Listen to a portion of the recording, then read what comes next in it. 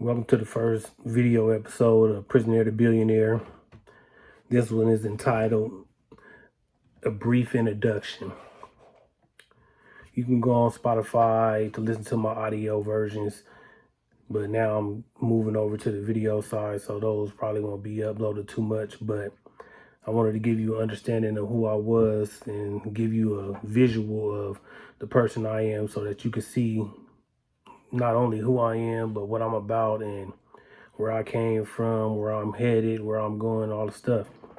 It probably won't be too much editing within these videos because I'm a real individual, and to me it's like I just want you to know who I am for real, not something I done put together so that it can appeal to the masses or whatnot. You know, for me it's like I grew up in the hood, and I'm from Fresno, California. For those who don't know much about Fresno, California, it's hood. Like where I grew up is hood. They had a little good areas and bad areas or whatnot. But when I was growing up, the majority of the blacks stayed in one general area, and it was what it was. Like me growing up, my cousins couldn't even come to my house and play. They mama would be like, "Nah, y'all better tell them to come. Tell his mama to come out there." And that's how it was. Like I got incarcerated at the age of 18, ended up in prison. Like I got sentenced at 19 to 6+ life. And I was sentenced to youth authority, but youth authority didn't set me. So I ended up going to prison. And I ended up spending 27 years in prison. And now I'm out. And sometimes I be hearing some people say that they spent such and such amount of years in prison, but then come to find out it was like they did little time here, little time there, and they calculated it all up to one particular amount of years that they did in prison. But for me, I did 27 years straight, and I did 24 of those 27 years on a level 4 prison yard, which is the maximum security prison in California. For those in California that been in prison or have family members that been in prison, y'all pretty much know the difference between the levels.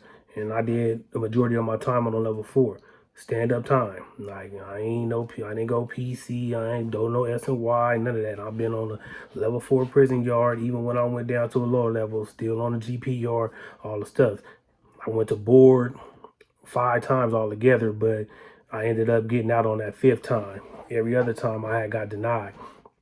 And now that I'm older and now I'm free, I understand why I got denied all those other times. So what I'm trying to do here is like give the kids that's out here in the street and like the individuals out here in the streets, not necessarily involved in the streets, but out here, I want the ones in the street to understand, and I want the ones that's not in the street to understand what's really going on with people that's in there, people that's out here, people that's going through what they went through growing up, and give them a different outlook if possible.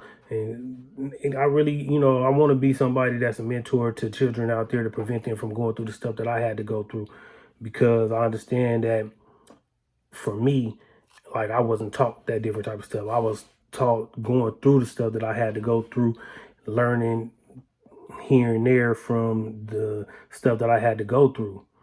For me, like, I'm gonna say for me a lot because I don't want to I'm going off of my opinion. And the other people may have different opinions and they are entitled to their opinion, but I'm going off of my opinion, my experiences in life, and the things that I had to go through.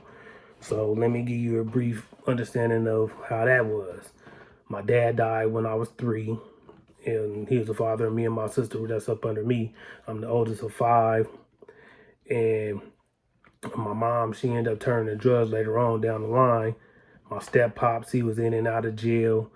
So it was like pretty much on me to become a man earlier than a child was expected to become, and it was what it was. It wasn't like